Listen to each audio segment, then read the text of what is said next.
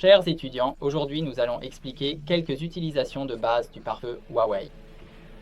Tout d'abord, le pare-feu Huawei dans l'EST peut être géré via le port console ou le port MGMT, c'est-à-dire un port de gestion réseau. Il y a donc ces deux méthodes. Par exemple, si nous double-cliquons pour ouvrir en fait cette page. C'est une page de connexion du port console. Comment le prouver? Nous pouvons utiliser un PC puis ajouter un câble console, nous le connectons et lorsqu'on clique, il affichera une connexion vocale console, puis nous cliquons sur démarrer. Après le démarrage, nous cliquons sur l'endroit console, puis cliquons connectez-vous et c'est tout. Il y a quelques paramètres comme le débit en baud ou d'autres bits de données, etc. qui sont par défaut. Dans un scénario réel, nous pouvons avoir besoin de modifier certains paramètres, puis cliquer sur connecter et la connexion sera établie. Ceci est notre page de connexion. Ce qui prouve également que la page que nous avons ouverte en double-cliquant est en fait une page de connexion simulée pour le port console. En plus de cela, nous pouvons également connecter le port MGMD, puis effectuer une gestion de niveau 3. Pour gérer cela, nous devons d'abord avoir une carte réseau. Nous ouvrons cette boîte de dialogue d'exécution et saisissons HDWIZ. Ensuite, nous procédons à l'ajout. Il faut l'ajouter manuellement. Puis, sélectionner notre adaptateur réseau. Sélectionnez Microsoft, puis choisissez notre carte réseau, puis cliquez sur Suivant, Suivant. Terminez le processus. Ceci est nécessaire car nous devons réinstaller l'application PIA. Nous allons la réinstaller.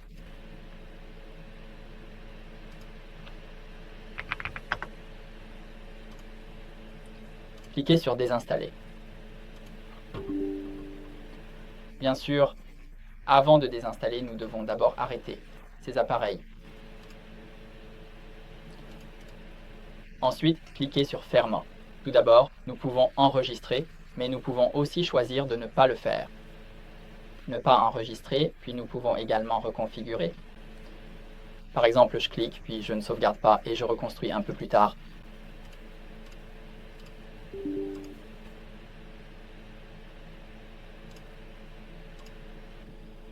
Ensuite, nous réinstallons.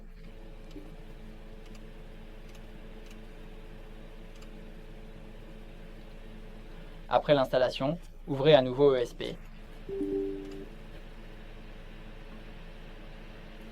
Ensuite, comme la dernière fois, nous tirons d'abord un pare-feu et nous pouvons le démarrer.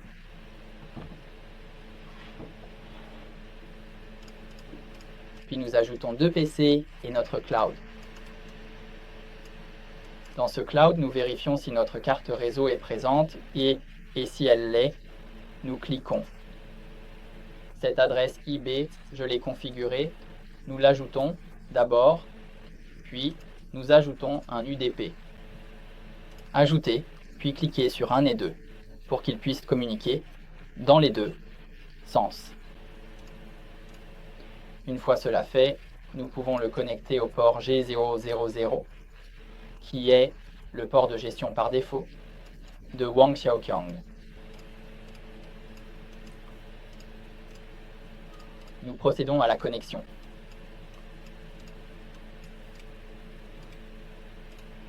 Une fois connecté, nous pouvons lui attribuer une adresse. Son adresse est 192.168.1. Ensuite, sa passerelle est 192.168.1.204.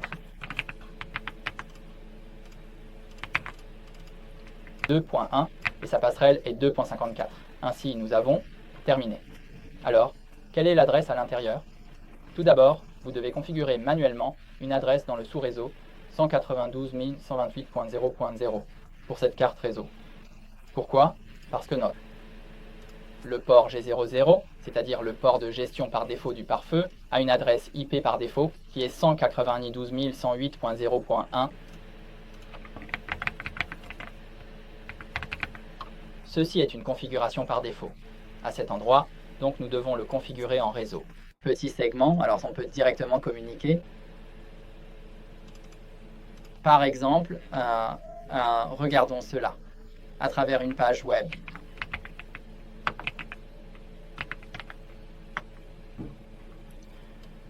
Ensuite, nous entrons un HTTPS dans le navigateur. 192.168.0.1 et son numéro de port est 863. Bien sûr, tout d'abord, ceci. L'accès, il n'est toujours pas réussi pour le moment. C'est parce que ces accès sont bloqués par différents pare-feux. La configuration par défaut du port 000 est différente. D'abord, nous allons utiliser l'interface console pour vérifier la configuration du port 00. Notre nom d'utilisateur. Par défaut, c'est admin et le mot de passe par défaut est admin@123.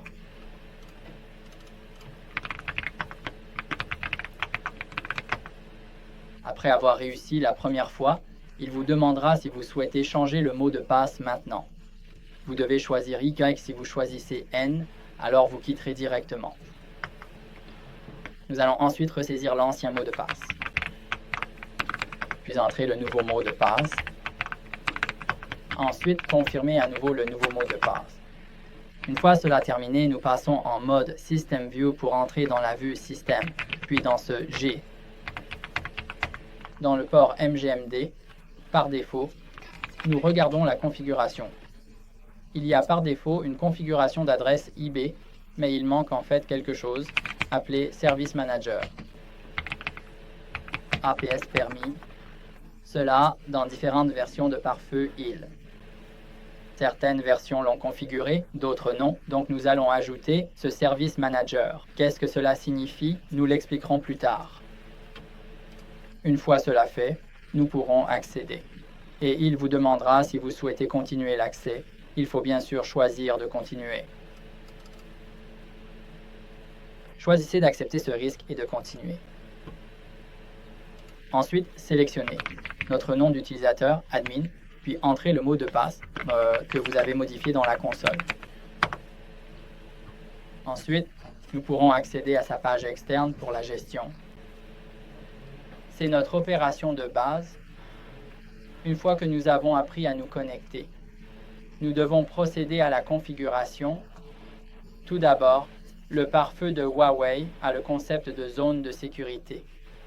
C'est un concept logique. Si vous souhaitez utiliser l'interface du pare-feu, l'interface doit être ajoutée à une zone de sécurité. Deux réseaux qui ne sont pas dans la même zone de sécurité ne peuvent pas s'accéder directement, car ils seront contrôlés par des tests de sécurité, ce qui signifie que le pare-feu doit explicitement autoriser l'accès pour pouvoir vous permettre de communiquer, mais il y a une exception qui est assez spéciale, c'est le port G00, car le port G00 est un port de gestion, il est par défaut placé dans cette zone de sécurité. Nous pouvons vérifier en utilisant la commande display pour voir que cette interface est par défaut dans la zone de confiance, donc il n'est pas nécessaire de l'ajouter à nouveau à la zone de sécurité pour l'utiliser. Mais les autres interfaces ne sont pas comme ça. Ensuite, il y a ces 4 zones de sécurité par défaut: local, trust et untrust. Alors, trust, a un niveau de confiance assez élevé. Il est généralement utilisé pour se connecter à l'interne. Et untrust, est généralement utilisé pour se connecter à l'extérieur de l'entreprise, indiquant une zone non sécurisée. Et DMZ, c'est une zone de gestion démilitarisée. Il est généralement utilisé pour héberger certains de nos serveurs frontaux. Et local signifie que toutes les interfaces du pare-feu appartiennent à notre zone locale. Cela sera expliqué en détail plus tard. Par exemple, disons que nous avons un schéma comme celui-ci. Alors PC2, c'est une zone untrust. Et PC1, c'est une zone trust. Ensuite, voilà, si votre PCE veut accéder à PC2, comme ils se trouvent actuellement dans des zones de sécurité différentes, ils ne peuvent pas se connecter directement. Ils doivent apprendre une stratégie de sécurité pour pouvoir être autorisés Alors, comment rédiger une stratégie de sécurité? La stratégie de sécurité, elle, est composée de plusieurs conditions de correspondance, comme ce que nous appelons souvent le quintuple. Il faut d'abord avoir un protocole, puis une zone de sécurité source, une zone de sécurité de destination, une adresse source, une adresse de destination, etc. Ainsi constitué. Après avoir acquis une compréhension générale, par exemple, si mon PCE veut accéder au PCR, ce flux doit passer par le pare-feu. Le pare-feu applique une stratégie de sécurité et dans cette stratégie, il faut spécifier la zone de sécurité source et la zone de sécurité de destination. Alors, comment l'écrire? Tout d'abord, le réseau de PC1 se trouve dans la zone de confiance, donc votre zone de sécurité source devrait être une zone de confiance. Comment l'écrire? Voyons cela. Je vais d'abord déplacer un peu.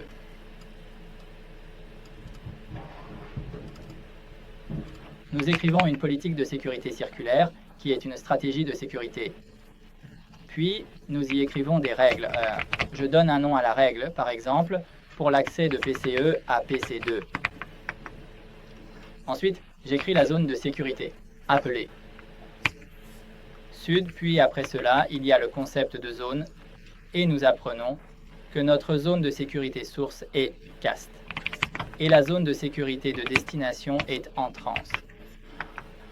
En outre, vous pouvez également spécifier précisément notre adresse source et notre adresse de destination.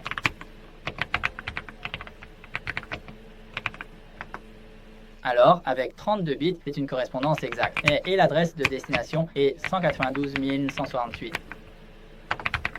C'est aussi une correspondance exacte. Et enfin, il y a une action qui est de permettre ou de refuser.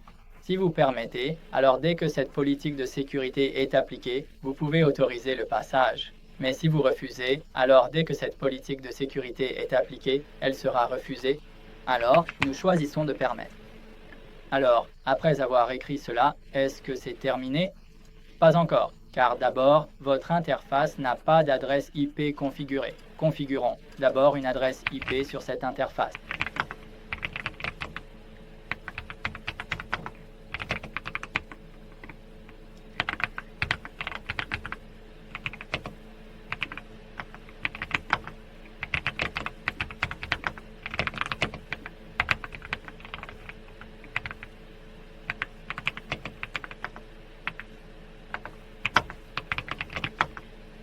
Bien, une fois la configuration terminée, j'ai dit que pour utiliser cette interface, elle doit être ajoutée à une zone de sécurité. Comment l'ajouter à sa zone de sécurité? On l'appelle Farewell Zoom. Puis on l'associe à cette zone de sécurité. Nous avons placé l'interne dans la zone de confiance et nous devons ajouter l'interface G100. Ah, et aussi. Ah, un trust et le réseau à l'intérieur, n'est-ce pas? Bien, faisons cela. Interface. Ainsi, nous avons terminé. Et nous avons également écrit notre politique de sécurité qui permet le passage de trust à untrust, n'est-ce pas?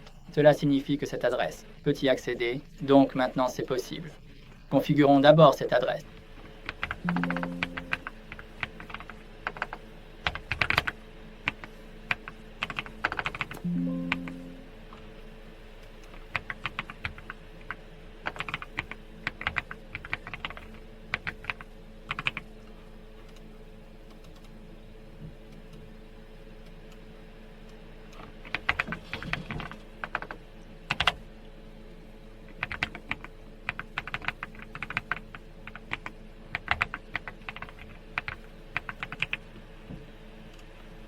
Une fois que nous avons terminé, nous allons tester.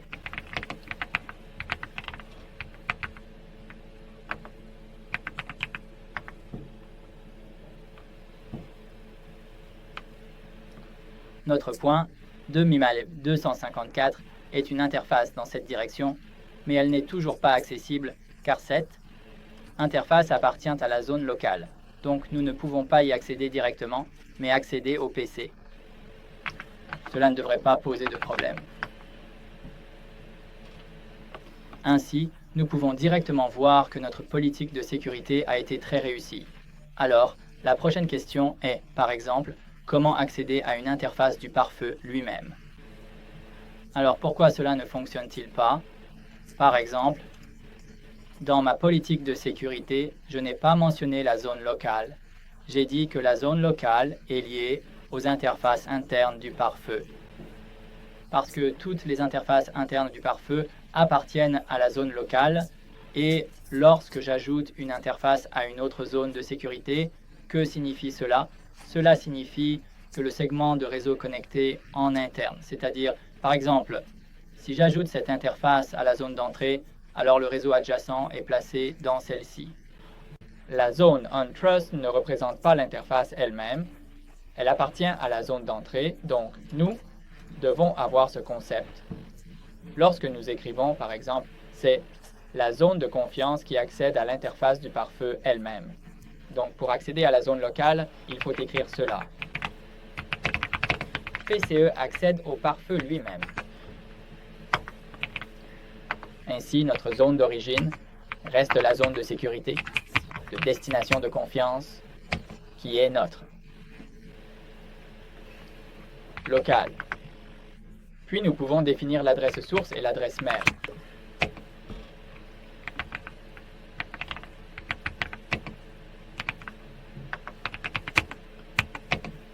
Quelle est son adresse de destination? Par exemple, ces adresses appartiennent toutes à l'interface IP du pare-feu lui-même. Prenons par exemple l'adresse IP de cette interface, c'est-à-dire 192.168.254.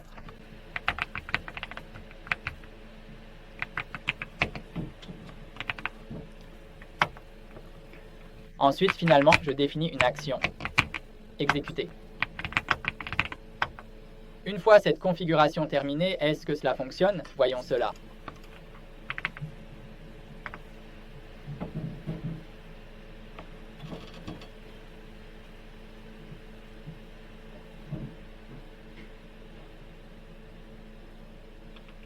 Ça ne fonctionne toujours pas. Quelle en est la raison? Parce que dans notre méthode Huawei, pour le contrôle de certains accès à l'interface, il y a un contrôle d'accès à l'interface lui-même. Que nous avons mentionné précédemment s'appelle une politique de sécurité, n'est-ce pas? Alors, comment appelle-t-on les éléments sous cette interface? Cela s'appelle le contrôle d'accès à l'interface, c'est-à-dire, par exemple, sous l'interface MGM, dès que nous avons mentionné précédemment. Nous avons configuré un gestionnaire de service, c'est-à-dire que le contrôle d'accès aux résultats APPS est autorisé. Alors, qu'en est-il de cela? C'est ce que nous appelons le contrôle d'accès à notre interface, c'est-à-dire que notre trafic passe par ici et pour notre pare-feu, il n'y a pas de politique de sécurité écrite pour autoriser le passage, pour accéder à la politique de sécurité locale depuis cette zone de sécurité, mais il peut quand même accéder.